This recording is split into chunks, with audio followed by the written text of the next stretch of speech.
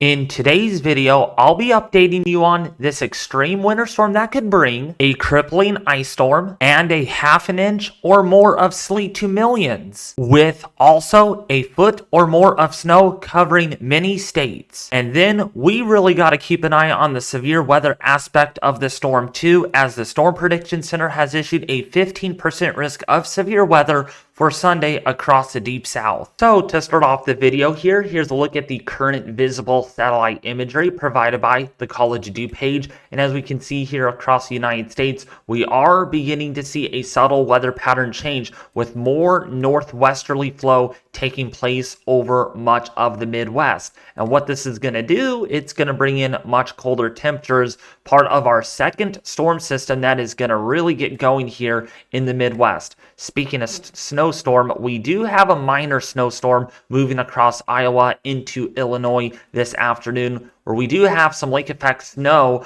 going on across Lake Michigan, Lake Erie, Lake Ontario, with Lake Ontario right now getting in on most of the action, with thunder snow being reported there near Watertown, New York, part of that snow band that is pretty intense. So with that being said, let's time out this snowstorm, a crippling snowstorm, ice storm, and sleet going across the Midwest and even across the eastern seaboard. This has been well advertised over the last week or so leading up to this point. And so I want you all to really pay attention to this portion of the video, because there will be some areas that could have some serious ice accumulation, sleet and snow accumulations also. So this is for Friday morning. So we're going to start across the Pacific Northwest and work our way into the Midwest and out across the eastern seaboard, because it's this system that we are concerned about. So for Friday morning, January the 3rd, there is rain moving into California, into Oregon and Washington. That's the same system that is going to cause a lot of snow, ice, and sleet Mageddon problems, strong winds, severe weather across the deep south as well. Okay. And so by the afternoon hours of Friday, it's going to be approaching California and then the rest of the Pacific Northwest, and then moving into Montana. Now, it may look like nothing big is going to be happening across the Midwest. Well, that's until a surface low develops down here across northern Texas, western Oklahoma, into Kansas. This would be for Saturday morning, okay, the 4th day of January.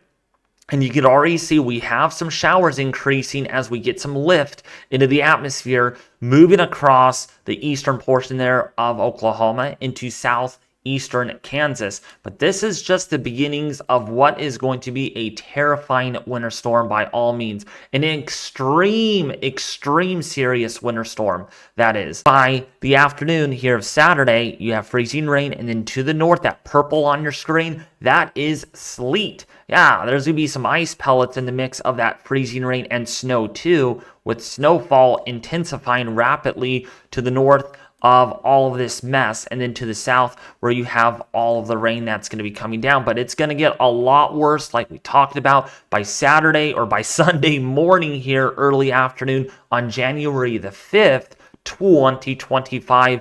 This thing really explodes in size. I mean, you go from, say, Saturday evening into Sunday morning, this thing just triples in size.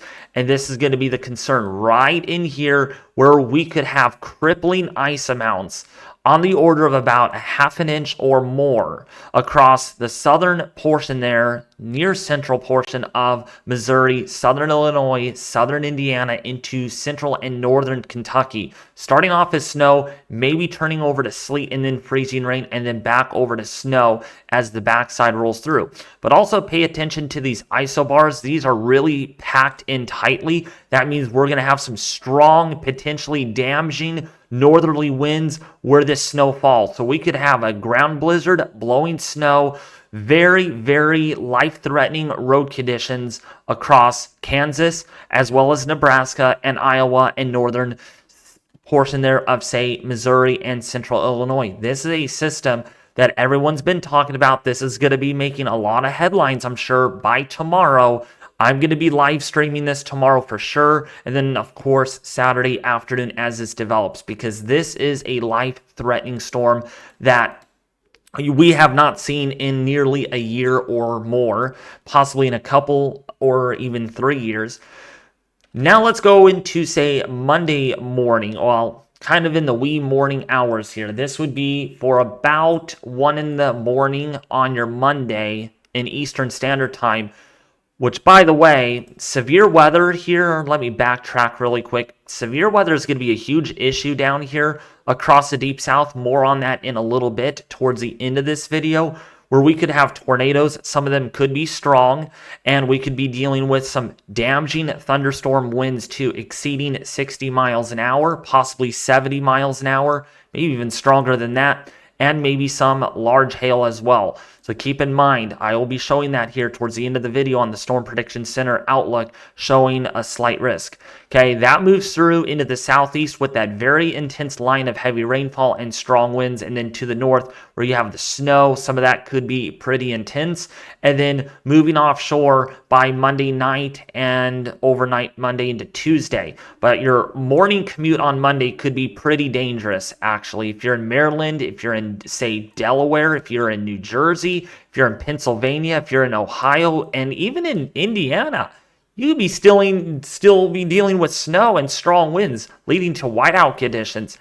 How about that? Could be pretty concerning there. And then, of course, in the southeast, some heavy rainfall at times and some severe weather could linger too. Now, the big question is how much snowfall will accumulate out of this massive Mageddon winter storm? Well, right now, on the 10-1 ratio from the European model, around 6 to 12 inches of snow will accumulate, especially over portions of the Ohio Valley, as well as West Virginia and southwestern Pennsylvania, northern portion there of Missouri, and also northern, say, Kansas, and southeastern Nebraska and southern Iowa, and even in portions of central portion there of Illinois. Now, when we look at the GFS model, it's been the more bullish one, indicating a solid foot or more of snowfall stretching all the way across from northern Kansas, southern Nebraska, all the way into northern Missouri, central Illinois, central Indiana, all the way into the Ohio Valley, all the way out across Pennsylvania, even in Maryland, as well as, say, Delaware could get some significant snowfall accumulation out of this. But especially in this area, there could be 1.5 foot of 10-1 ratio snowfall totals. That's pretty significant. On top of that, there could be a crippling major ice storm stretching all the way from central Kansas into central Missouri, southern Illinois, southern Indiana, including for southern Ohio and central Kentucky. Okay, we have some famous YouTubers that live in the path of this, and there could be on the order of 1/4 of an inch to maybe as much as 1/2 of an inch of ice.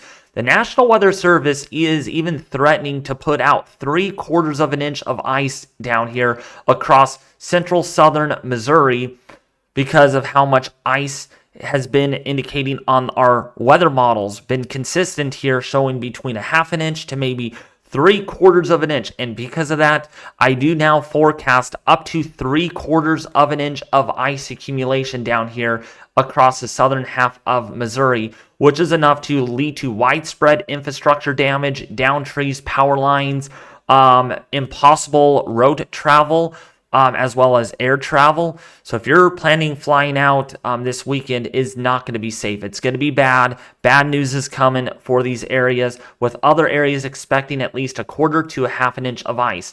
Now, when we look at the GFS model, that was a euro. Now looking at the American model, showing similar amounts, anywhere between about 1/2 an inch to as much as maybe over that, maybe up to 6/10 of an inch in some areas across this area. Okay, this pink that you see is a lot of ice accumulation, especially for southern Illinois and southeastern and southern Missouri. And I want to be clear here, it only takes a little bit of ice to lead to a lot of problems, and having up to 1/2 an inch of ice in a given area, you can guarantee long duration lasting power outages and utility damage, like utility lines could come down trees, maybe some property damage due to the weight of the ice. Maybe some of the weakened roofs could also collapse inward because of all that ice that accumulates. And on top of that, strong winds will accompany this system too, leading to additional, more significant power outages. So this is a storm system to take pretty seriously, folks. Now, when we look at the sleet amounts, this is how much ice pellets accumulate on the ground. So if there's snow here, there's going to be some freezing rain, some ice on top of falling ice from the sky. We could be looking at between 1/10 of an inch to maybe about 1/4 of an inch of ice on the Euro model, but on the GFS model, going a little bit more aggressive, all the way up to as much as maybe an inch or so across St. Louis, Missouri. Now, the 4 to 5 inches that you see here, probably overestimating on the Euro or on the GFS model, tends to do that sometimes, but up to an inch of sleet is certainly a possibility here across the metropolitan area of St. Louis, Missouri. Take this seriously, folks. This is something to not mess with at all.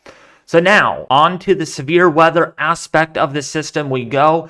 Here's a look at the instability, the lift in the atmosphere, and as we can see here, there is a lot of energy for thunderstorms to accumulate. So we have a lot of instability in southeastern Texas into Louisiana, into Mississippi, as well as Arkansas. So from about this area southward, we could have a lot of lift and instability for severe thunderstorms. Some of them could be pretty intense and long tracked over the area. Then we could also see some thunder freezing rain up here to the north. Nothing too severe, but yeah, it could be interesting to see convective elements of freezing, precipitation, and lightning and thunder, that kind of thing, with some strong winds too. So making things pretty interesting.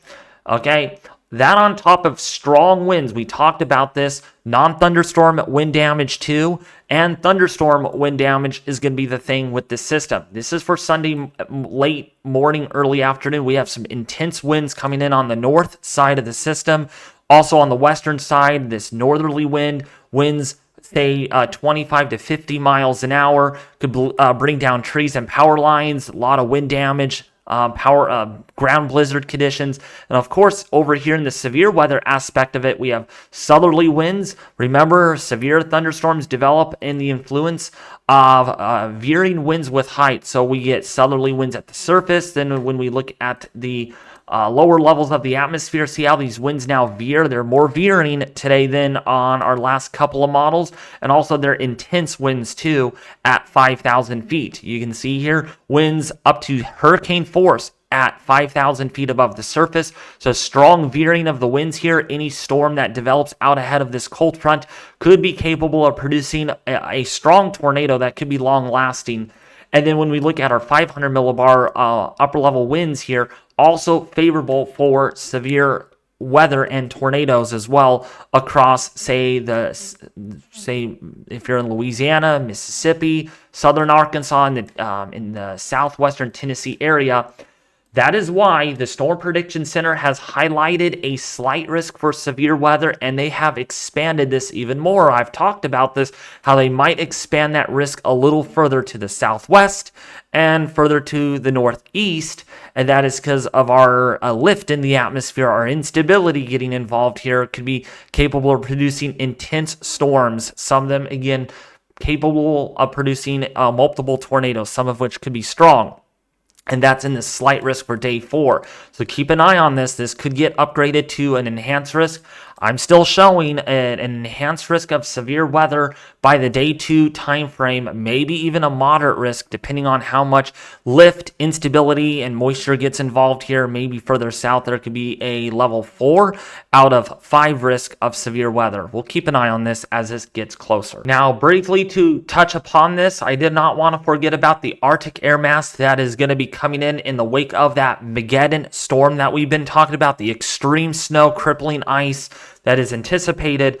What's much worse than what you all might be thinking is that there's going to be no melting of this ice because, like I said in yesterday's live stream, there's going to be a lot of cold air coming in on the backside of this. So yeah, it's 27 to 30 degrees when the freezing rain happens, and then there's going to be a big freeze or even additional colder air coming in on the backside of this. So you can see temperatures dropping all the way down. Look at this, down to 10 degrees in some areas, down into the single digits on the European model.